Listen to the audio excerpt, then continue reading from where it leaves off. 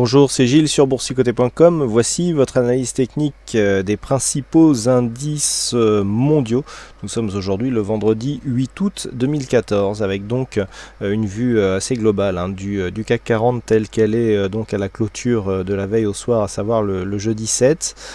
Par rapport donc à l'évolution du jour, on est venu chercher un point bas ici pour tester cette zone des 4108 points, et puis actuellement les cours remontent, le gap est en cours de comblement.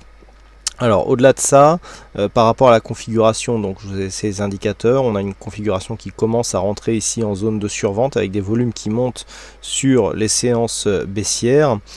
Par rapport à ça, ce que l'on va comparer entre ces différents indices que je vais vous analyser, c'est surtout la différence que nous avons du point de vue de la rupture de cette dynamique haussière qui avait été constatée sur de nombreux indices, et notamment par rapport à la tendance moyen terme. Donc nous allons voir que sur de nombreux indices, notamment européens, nous arrivons ici sur des zones où il devrait y avoir des réactions, puisque des supports relativement significatifs seront désormais présents. Et nous commençons par le DAX pour constater que effectivement la dynamique donc haussière qui est en place depuis quelques années, puisque nous avons nos premiers points de contact ici en 2011, donc avec une tendance long terme ici qui est montée le long de ce support en vert pendant donc de nombreux mois. Donc constatons effectivement, alors cette zone, je vous avais attiré votre attention sur le fait qu'elle avait été fragilisée par cette double attaque ici. Depuis, on avait réinscrit de nouveau plus haut, flirtant avec les 10 000 points. Et puis suite à ce triple top ici, on a cassé donc d'une manière un peu plus violente la zone de support pour marquer le niveau de consolidation dans lequel nous sommes inscrits aujourd'hui. Alors du point de vue de l'évolution, nous pouvons constater que cette zone ici des 8944 est une zone majeure de support. Alors cette zone a été testée ce matin, puisque les futurs sont venus chercher la zone des 8900 points. Donc on a clairement testé ici cette zone. Pour l'instant les cours rebondissent. Par contre, ce que nous pouvons constater, c'est que sur une rupture avérée de cette zone ici des 8944 voire 8867, on est plus ici sur une zone à 8009, on pourra avoir déjà de gros signaux baissiers qui apparaîtraient. On passerait d'une phase de neutralisation à une phase de mouvement baissier, puisque nous avons pour l'instant ce point bas qui tient un petit peu la tendance, dans le sens où on a une succession ici de points hauts et de points bas. Donc pour l'instant, nouveau point haut se situe légèrement plus haut. Nous avons vu que nous avons une faible amplitude du point de vue long terme. Si nous venons casser ici cette zone de point bas, mais que l'on reste dans la zone, il y aura bien neutralisation du fait de la faible amplitude donc entre ces deux points hauts du DAX et de deux points bas successifs qui se situent quasiment sur la même zone, donc neutralisation avec d'autres points bas qui étaient venus dans la même zone se loger précédemment. Par contre, sur une rupture ici de cette zone, il y aurait clairement basculement de la tendance long terme vers une tendance donc de la tendance long terme haussière voire neutre actuellement, vers une tendance long terme baissière, puisqu'il y aurait rupture significative ici de cette zone de point bas. Donc c'est la zone qu'il faudra surveiller dans les prochains jours. Actuellement, la configuration technique du DAX est survendue. Nous avons un RSI, un stochastique qui sont en zone de survente, un MACD qui provoque une bonne amplitude ici, mais qui tente à se stabiliser actuellement. Donc on sent que sur un début de rebond technique, le retournement pourrait être proche. Du point de vue de l'évolution des volumes, on observe ce que nous observons sur le CAC 40, à savoir des volumes qui sont supérieurs sur les séances baissières. On le voit ici avec ces histogrammes rouges qui sortent de la moyenne, et donc c'est un élément qu'il faut prendre en considération. Donc la tendance est confirmée, on n'est pas dans quelque chose de léger. Effectivement, c'est une dynamique baissière qui est en train de prendre forme avec une petite hausse de la volatilité. Donc comme je vous l'ai indiqué, zone à surveiller ici 8900-8940. Une rupture de cette zone ferait basculer la tendance long terme dans un biais baissier.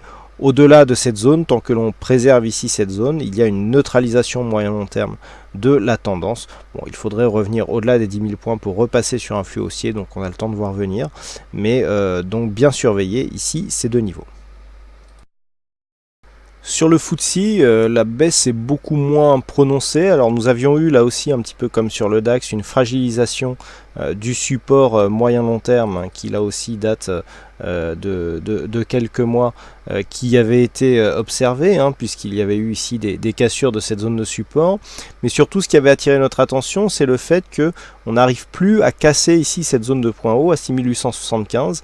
Il y a eu de nombreux contacts, hein, c'est devenu une résistance majeure sur le FTSE. Et donc, dans le sillage un petit peu des indices européens, eh bien, nous connaissons un affaiblissement donc de cet indice. Malgré tout, la baisse est beaucoup plus mesurée par rapport à ce que nous avions donc sur les mois précédents. On vient ici rechercher des zones qui sont tout à fait acceptables, hein, et qui constituent à peine ici une petite phase de consolidation. Donc sur la rupture ici des 6650, l'objectif est désormais donc cette zone des 6500 points. Donc il y a, bon, c'était vraiment un petit mouvement qui, je dirais même, qui va dans la continuité de la tendance que nous avons depuis maintenant quelques mois, qui s'inscrit dans une phase de neutralisation ici de la tendance moyen terme. Donc le mouvement, je dirais, vers cet objectif des 6500 points reste dans la lignée de ce que nous avons depuis maintenant quelques semaines. Du point de vue des indicateurs, on a un mouvement baissier qui commence à provoquer ici une petite configuration en survente. Le RSI reste légèrement au-delà de cette zone et nous sommes toujours dans une dynamique baissière du point de vue du MACD avec une petite hausse de la volatilité, mais une phase, hein, je dirais, où les inquiétudes ressurgissent sur les marchés, qui est beaucoup moins visible et lisible sur le FTSE, puisque, hein, comme je vous l'indique, on a ici un mouvement qui s'inscrit tout à fait dans la lignée des précédentes phases d'évolution. Donc, sur cette configuration, on voit bien que nous sommes passés dans un flux où les cours évoluent entre la bande de Bollinger inférieure et la moyenne mobile 20 exponentielle, qui a donné ici un très bon point d'entrée pour poursuivre ici une tendance baissière. Tant que la configuration reste identique, eh bien l'objectif reste ici cette zone des 6506 points exactement, puisqu'il s'agit du prochain support depuis la cassure des 6652 points. Nous passons maintenant aux indices américains et nous débutons par le S&P 500. Alors que dire du S&P 500 alors que nous sommes dans des grosses phases de consolidation en Europe? Regardez donc la tendance avec donc quelque chose qui ressemble en tout cas sur la partie haussière à ce que nous avons sur le FTSE, avec un premier point de contact ici en 2009, hein, qui a donc précédé le retournement global. Nous avions donc ce support ici matérialisé en vert qui prenait bien, hein, la suite de la tendance puisque les contacts étaient nombreux.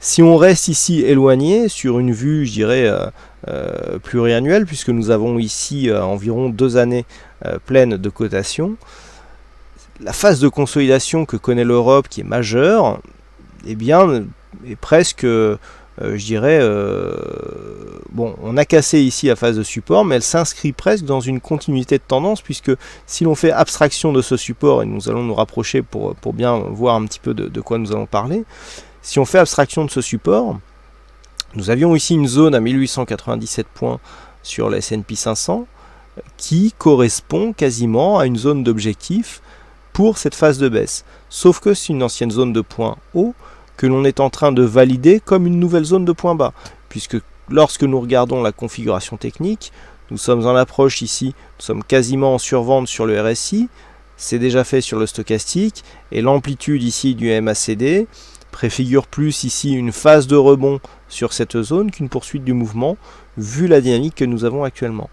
Du point de vue des volumes, on est beaucoup plus équilibré que ce que nous avons en Europe, avec certes des petites poussées ici de volume sur les phases baissières, mais des volumes qui interviennent lors des séances haussières qui sont loin d'être ridicules à côté, en tout cas beaucoup moins de différence que ce que nous constatons sur les indices européens.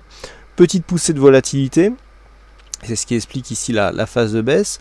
Donc actuellement sur le S&P 500, et donc on est un petit peu décorrélé par rapport aux indices européens qui amplifient donc la phase de consolidation actuelle. Nous ne faisons que sortir de la dynamique, et encore que si les cours repassent ici au-dessus, eh bien on pourra valider le mouvement un petit peu comme nous avons eu là, hein. Cette phase ici on était sorti, puis finalement on a réintégré pour finalement reconfirmer le support. Il est tout à fait possible, vu l'amplitude que nous avons par rapport à cette cassure, que les cours fassent de même. tout du moins tant que nous validons ici cette zone de point haut comme nouvelle zone de point bas. Si on venait à casser ici cette zone des 1897 points, les probabilités donc de poursuivre sur un mouvement haussier seraient quand même diminuées, puisque nous aurions dans ce cas-là ce point haut qui n'est pas validé comme point bas, et donc on aurait des signes d'affaiblissement de la tendance haussière qui seraient confirmés par le fait que nous avons cassé ici cette zone de support. Donc sous 1900 points, 1897, les choses se gâteraient aussi pour les indices, enfin notamment pour l'indice élargi américain. Je vais bien sûr parler du S&P 500. Si par contre les cours rebondissent ici au-dessus des 1900 et reviennent sur par exemple 1963 points, il y aura lieu de bien observer la suite des événements, puisque on pourrait tout simplement sortir de la dynamique mais rester dans un biais haussier voire neutre pour l'instant. En tout cas c'est ce que nous envoient les signaux actuellement, puisque du point de vue de la dynamique il n'y a rien d'anormal dans le mouvement que nous avons là. Toutefois, nous avons une petite cassure, donc à suivre, voir si cette cassure ne va pas provoquer tout de même une sortie de la dynamique, ce qui explique donc une poursuite de l'évolution dans un biais un peu plus neutre. Par contre, effectivement, sur une cassure ici des 1900 points, il faudra observer qu'il n'y ait pas des signaux de retournement qui pourraient apparaître. Sur le Nasdaq, la phase de consolidation est encore moins perceptible. Donc, on replace ici la tendance long terme avec cette zone de point bas en 2009 qui définissent donc, alors on est un petit peu plus éloigné, mais on a une bonne régularité ici sur les signaux qui arrivent à partir de 2011. Et lorsque l'on se rapproche, donc c'est bien ce support noir que nous constatons, eh bien c'est que nous ne sommes même pas venus tester cette zone de support noir. Je rappelle que du point de vue de la configuration, nous étions ici donc sur des contacts justement de ce support. On a connu une phase d'accélération ici en vert, phase de consolidation, et depuis on est sur un trend ici relativement dynamique, très proche des points hauts, puisque du point de vue du Nasdaq, nous avons des points hauts ici, une zone de points hauts, avec notamment cette bougie qui est inscrite à 3997,50, on est presque à 4000 points, et là on revient à peine consolidé sur une zone à 3851 points. Donc autant dire que sur le Nasdaq, la baisse est très peu perceptible. Nous sommes toujours ici sur une tendance haussière, donc le support moyen long terme est ici en noir, donc on est relativement éloigné. On est juste venu ici casser une zone de support court terme qui définissait une dynamique donc de poursuite de tendance, mais le Nasdaq qui est beaucoup plus dynamique que les autres indices, puisque on le voit, des points hauts comme par exemple ici les 3737 qui ont été confirmés ici comme zone de résistance sont loin d'être testés. Même les zones ici de points hauts court terme n'ont même pas été validées comme nouvelle zone de support. Donc on est toujours sur quelque chose de très dynamique du point de vue du Nasdaq, une tendance haussière qui est confirmée, et qui est confirmée aussi par la configuration technique. Alors on voit bien ici que suite à cette forte phase de surachat, on vient consolider, consolidation ici confirmée sur le stochastique, et nous voyons aussi que du point de vue du MACD, eh bien il y a quelque chose qui se prépare, puisque on a ici une amplitude qui est relativement forte et qui demande certainement une phase de retournement. Alors on a un petit bug là sur les volumes, ça va peut-être voilà, avec le zoom. Du point de vue des volumes, force est de constater qu'il y a un équilibrage entre, à part ces deux séances-ci, entre les volumes qui interviennent sur les séances haussières et les volumes qui interviennent sur les séances baissières. Donc on n'est vraiment pas dans une phase de rupture de dynamique sur le Nasdaq. On voit que la tendance haussière est toujours bien en place, ce qui pourrait donner quand même des signes d'une certaine solidité au reste du marché, à commencer déjà par le marché américain, puisque le Nasdaq représente quand même un marché porteur justement en ce qui concerne la consommation, puisqu'il s'agit de valeurs techno et donc qui sont fortement impactées par la consommation. Et le S&P 500 donc, dont nous avons vu que la phase de perte de dynamique est relativement faible par rapport à ce qui se passe en Europe. Donc un soutien qui pourrait venir des États-Unis, puisque ces deux indices majeurs présentent des configurations qui sont beaucoup moins baissière et agressive que ce que nous avons en Europe. Donc nous le voyons ici, le Nasdaq. Donc tant que nous restons ici au-dessus des 3800 points, il n'y a vraiment aucun souci à se faire sur la continuité de la tendance. Imaginez bien que 3800 points ici, on ne viendrait que valider ici cette ancienne zone de point haut comme nouvelle zone de point bas. Donc quand on voit la configuration des indicateurs déjà sur la zone des 3850, on se dit que des rebonds devraient certainement intervenir d'ici là. Donc on reste haussier sur le Nasdaq. Et enfin, nous finissons cette analyse technique par un indice asiatique, et donc je vais bien sûr parler du Nikkei. Donc le Nikkei qui effectivement confirme bien la phase de baisse que nous avons en Europe. Alors nous étions ici sur une configuration où il y avait ici une phase baissière qui avait été cassée. Ça, on l'avait commenté largement. On était repassé au-dessus ici des 14 800 points. 14 800 points qui était déjà une zone de résistance qui était déjà clairement identifiée. Donc on a confirmé ici cette zone comme zone de support, et je vous avais dit que l'objectif se situait à 15 800. Alors on a presque atteint cet objectif qui était défini par une zone de point haut, point bas ici, définie donc en fin de 2013, début 2014. Et puis on est sous l'influence donc de la baisse européenne, on est redescendu ici sur la zone des 14 800 points. Alors au moment où je vous parle, le Nikkei évolue à 14 880 points. Du point de vue du contrat futur, bien sûr, on est ici sur un retour d'une zone qui précédemment était déjà support, donc ici résistance, ensuite avait été confirmée ici résistance support, là ici plutôt confirmé suite à l'ouverture de ce gap comme un support. Donc pour l'instant cette zone tient. Tant que cette zone tient, je veux bien sûr parler des 14 800 points, eh bien on reste sur une tendance court terme qui est haussière, en sortie ici de cette phase de baisse, et donc l'objectif des 15 800 par rapport à la différence que nous avons, nous pouvons considérer qu'il est atteint.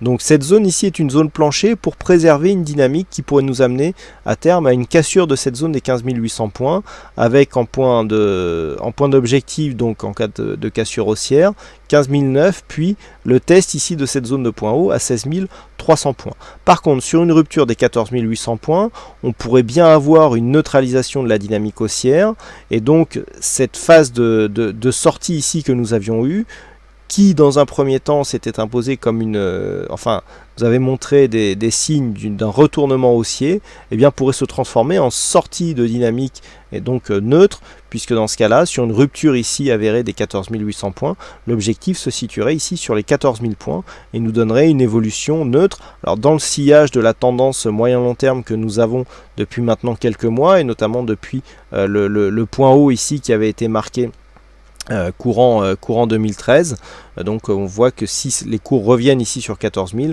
eh bien on s'inscrirait dans une phase neutre d'un point de vue moyen terme, voire légèrement baissière, puisque si nous constatons ici ces points hauts, donc entre celui-ci et celui que nous avons ici à 15 800, il est légèrement baissier, donc sur une rupture ici des 14 000 points, on pourrait effectivement impulser un mouvement baissier, bon certes avec une très faible dynamique. Donc on le voit sur le Nikkei, actuellement on a plus des signes d'une possible mise en place d'une tendance moyen terme, ou en tout cas d'une continuité de tendance moyen terme qui reste neutre. Par contre, si on rebondit ici sur 14 008 et qu'on vient casser cette zone à la hausse des 15 800 points, eh bien il y a des objectifs qui vont s'ouvrir à la hausse, et donc on confirmerait la probabilité du retour d'une tendance haussière. Voilà donc ce que nous pouvons dire sur cette analyse technique des principaux indices mondiaux. Il ne me reste plus qu'à vous souhaiter à toutes et à tous bonne chance dans vos prochains trades, et je vous donne rendez-vous donc pour la prochaine analyse des indices mondiaux vendredi prochain. Bonne semaine à tous et à bientôt sur boursicoté.com.